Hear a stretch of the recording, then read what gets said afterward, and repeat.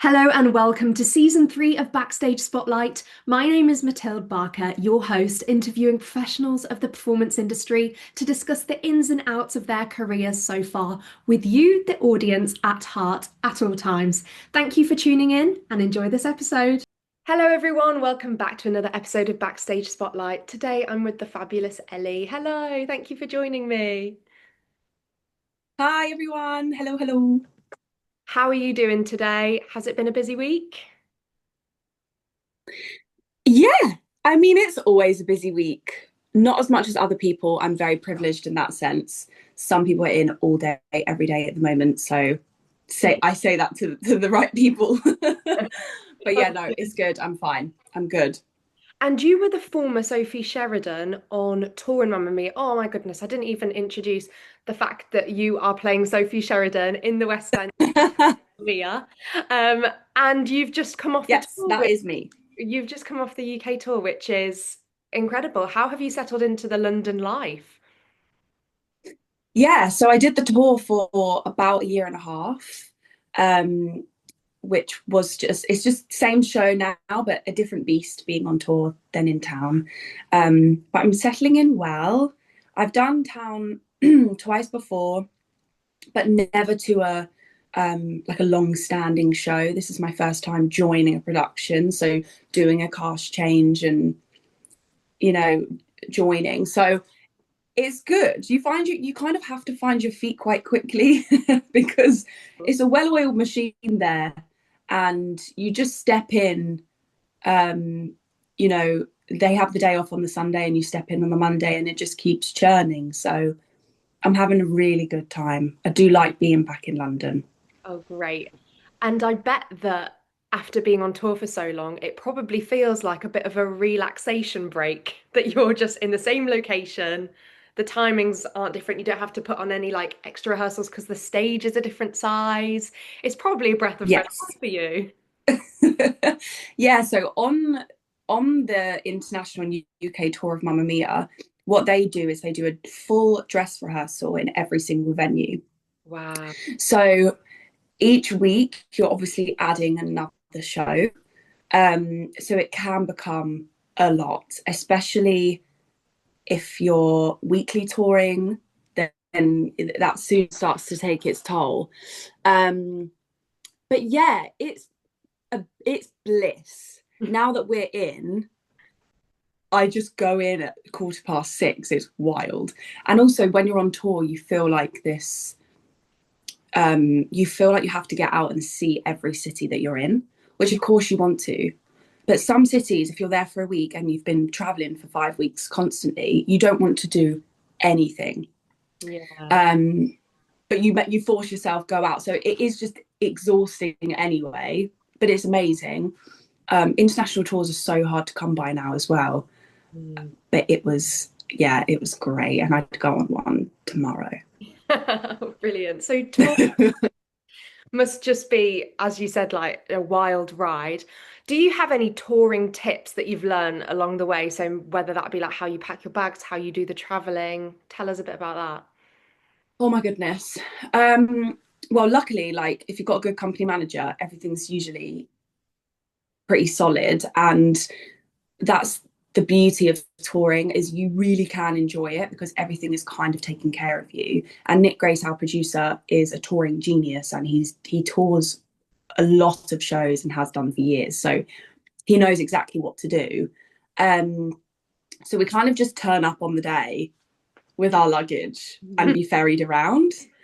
Packing is, oh, you have to live out of the suitcase for a year, and that for a girl as well, oh, it's hard. What do you do? Especially, Like get oh, all I the mean, bits and stuff like that. Like, packing cubes, packing cubes, uh, packing cubes for my lifesaver. They were a dream. Um, I mean, a lot of the time we'd share outfits. The yeah. girly pops would pull through, and you'd put on the group chat, "Girls, I'm bored of my wardrobe," and you can't buy any more because you can't ferry it around. Oh. So we're all wearing each other's clothes. I know the boys would swap clothes as well. Like, I'm finished with this t-shirt. Does anyone want it? And at the end of venues, there'd always be, I've got this to get rid of. So yeah, packing was quite hard, but touring in general, like just the normal things. I mean, some venues, for example, Milan, I didn't have a kettle in my room for 2 weeks. Cup of tea in the morning. I couldn't even have a cup of tea in the morning. Did you have to like boil it on the hob? Like, was there even a hob? No, I mean, I'm really lucky. My friend Liv bought me a portable kettle Oh my God. for touring. Really, really smart. Yeah. But I mean, I'm not going to name and shame anyone here, but some people would be boiling pasta in their kettle. You are joking. So when you go to a hotel, just check things are clean, because people people are desperate to just, eat and things, and you can't come in and make yourself some toast. So we all had these Amazon cooking pots. Everyone used them. They're like a little slow, like a mini ninja. Do you know what I mean? Yeah. So everyone had them. But yeah, it's also different. Like when we went to China, so different from then when we went to Europe. Yeah. So obviously the money in China, you get more for your buck in China. Yeah. So you don't mind eating out all the time. But when you get to Switzerland, it's a small mortgage. It's rough. It's rough. Oh I God. don't even know if I answered your question. No, that's brilliant. It's so interesting to see an insight. And I don't often have people that have done international tours on. So the different countries and even just like this, the food types and the prices is wild. Mm, But I guess yeah. my question to you is, what was your favorite location to visit? I always get asked this. I think what's up there is Shanghai. That was our first venue, and I don't think I ever would have gone to China if the tour didn't take me there. It's just not somewhere that was on my list. But China is beautiful. Like it is, yeah, it is so amazing, and it's a huge culture shock. Don't get me wrong. Ah, It's so different, but it really is beautiful. And Shanghai especially had that metropolitan big city vibe, but also full of green parks and gorgeous people. Like we just walked for hours in Shanghai. So that was amazing. And it was obviously exciting because first time first time out on with the tour. So that was really good. Um I also loved Munich, and I know a lot of shows dabble in Munich. Um it's a really nice place to go just before Christmas. I We were in the I market. think we were there November. Well, we actually went just before the markets went up. So just before Christmas, they have like however many days of mourning for the Holocaust. So they're not allowed to put their Christmas markets up.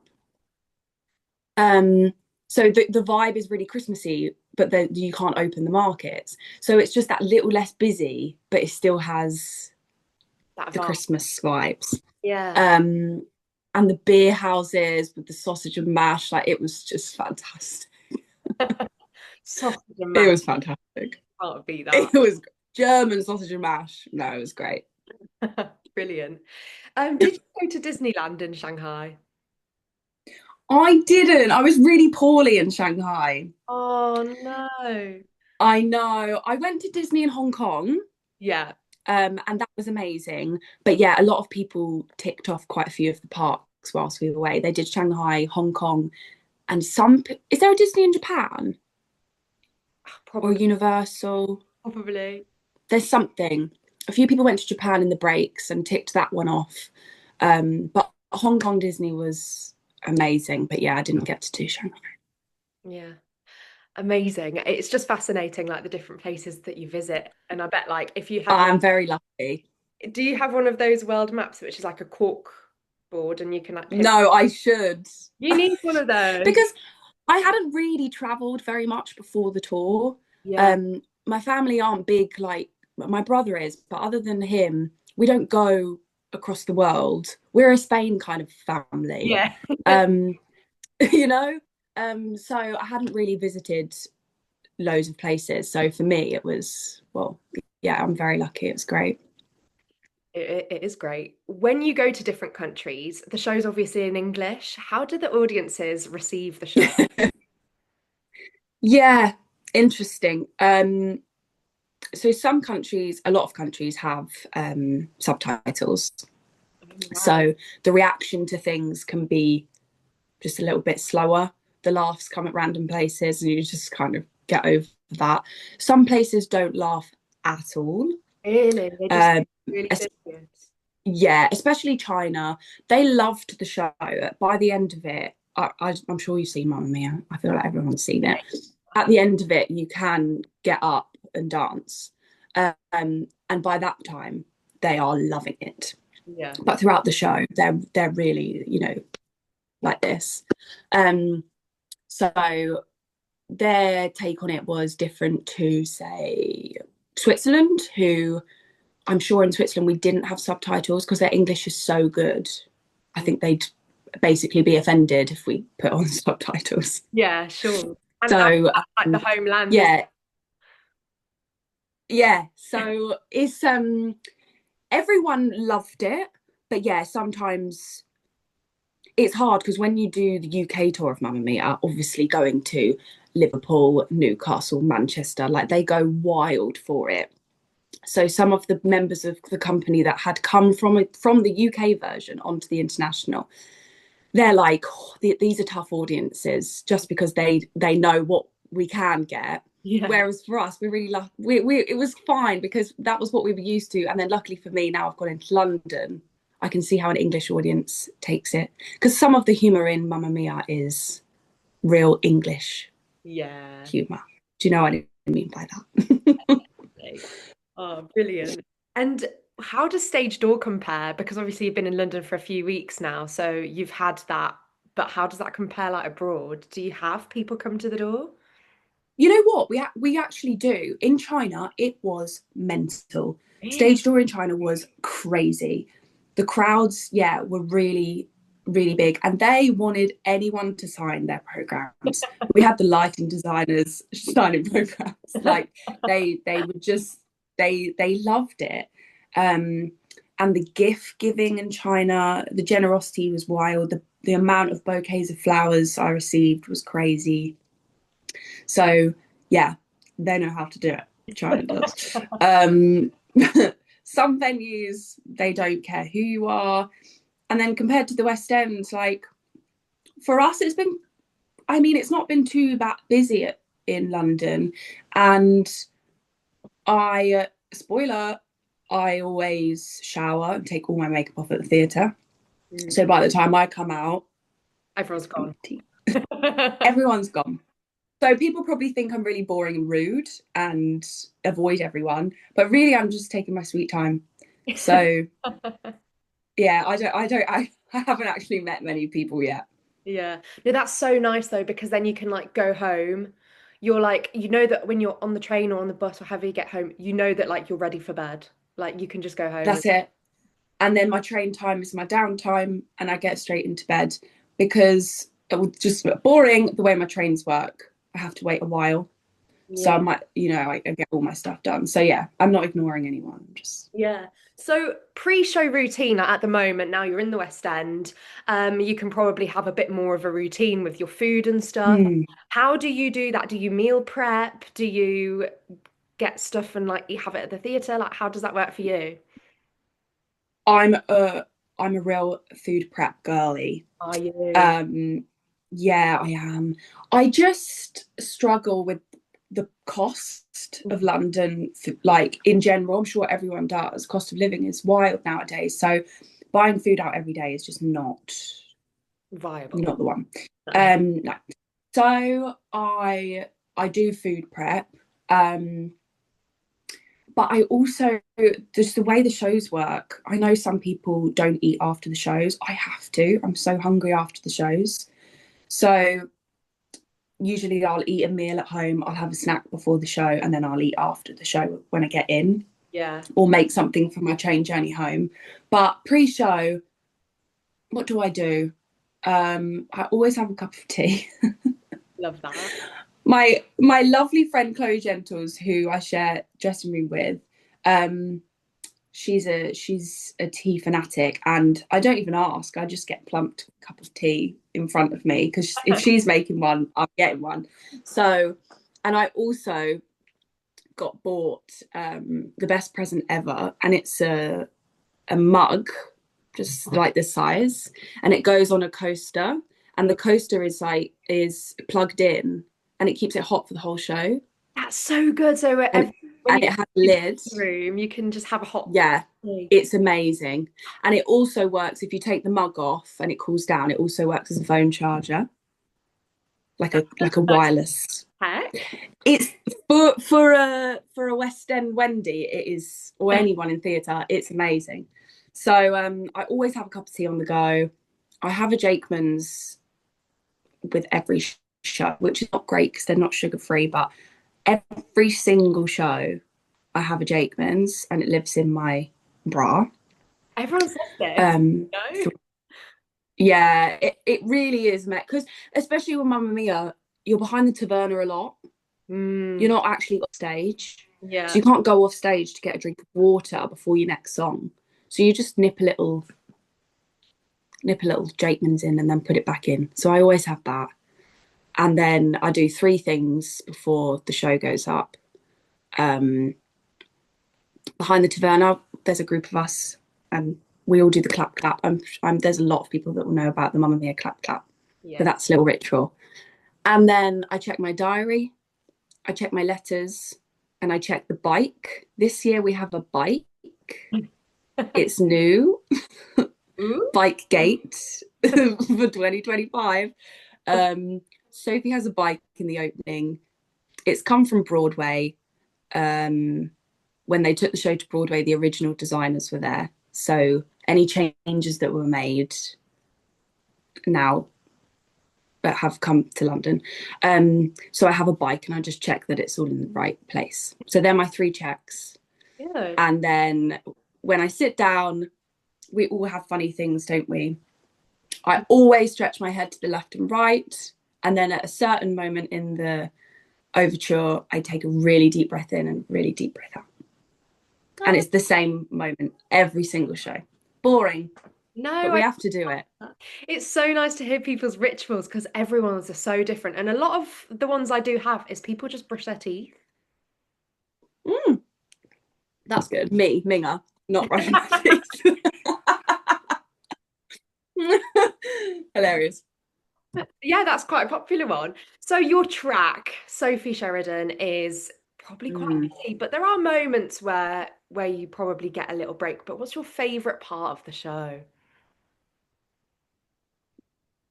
My favourite part. Yeah, Sophie is really busy, and my goal this year is to kind of just, I really want to educate and advocate for the role, because I think she's quite undervalued within theatre.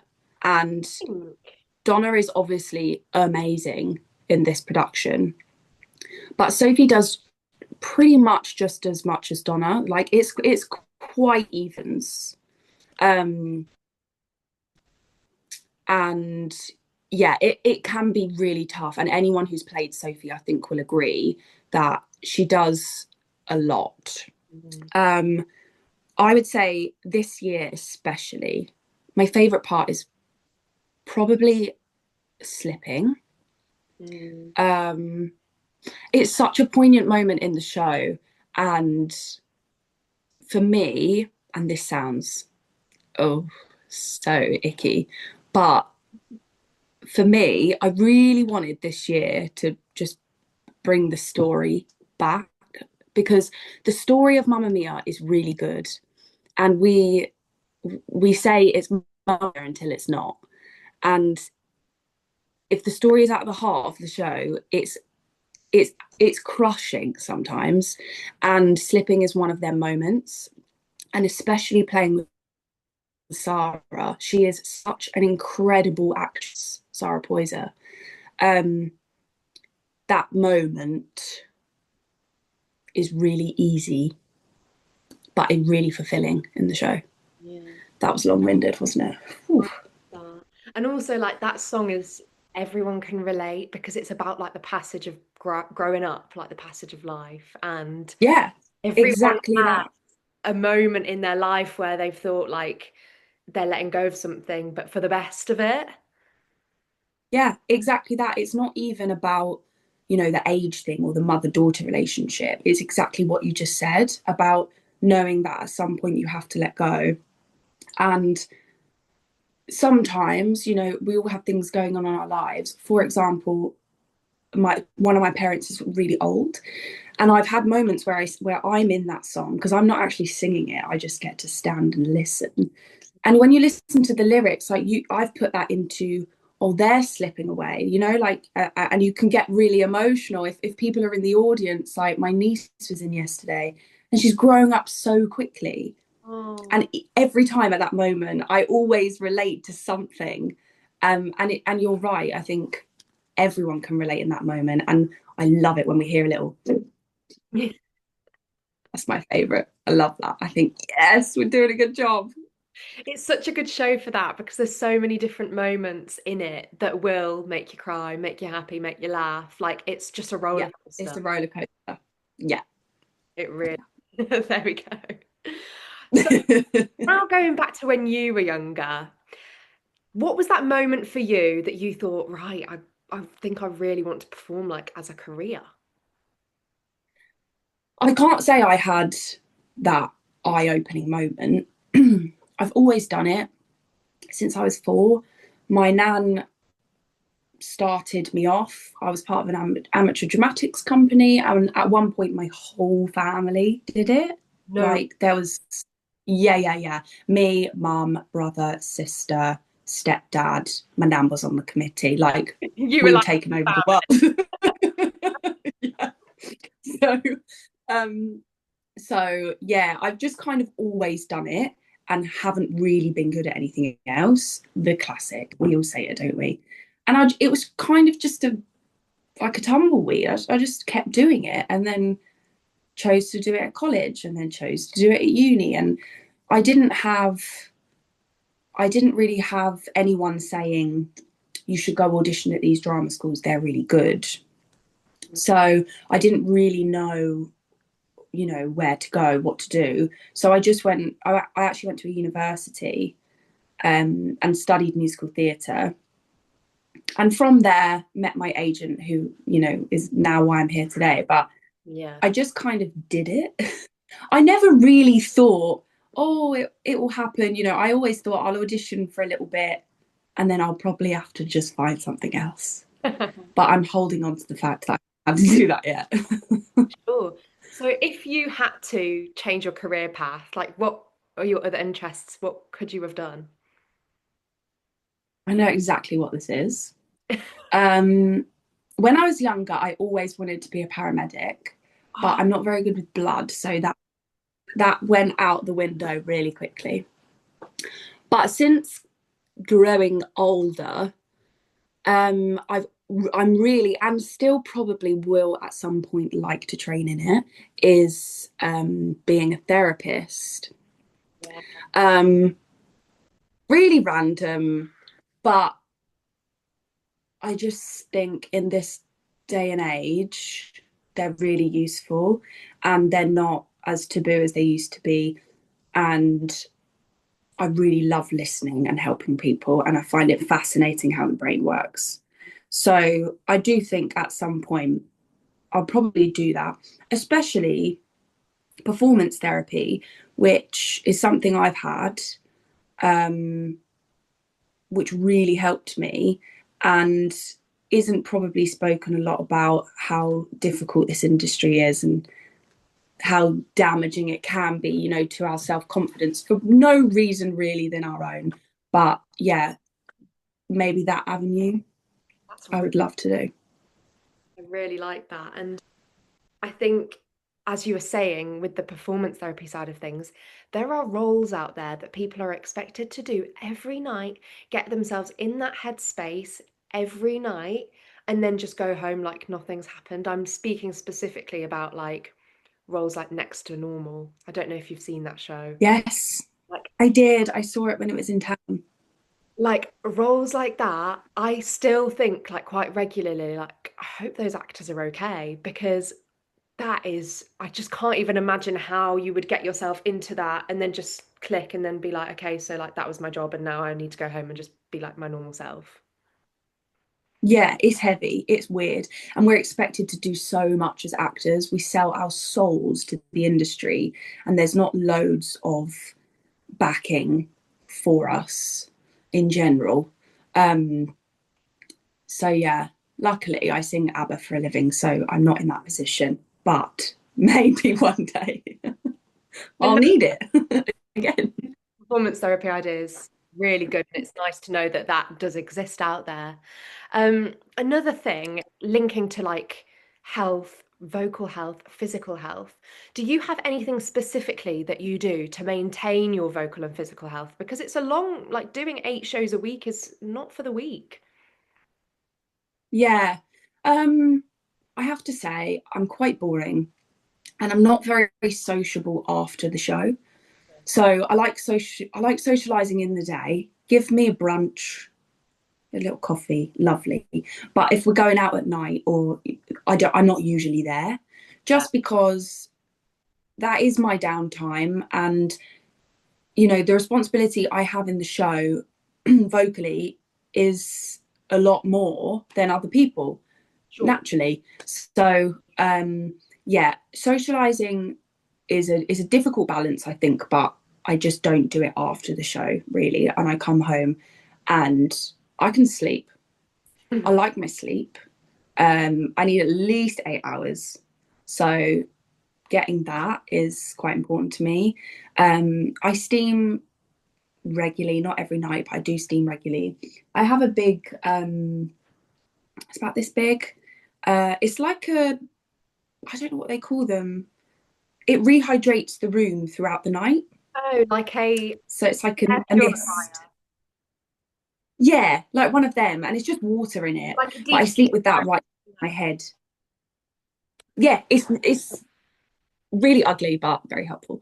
So I sleep with that right next to me.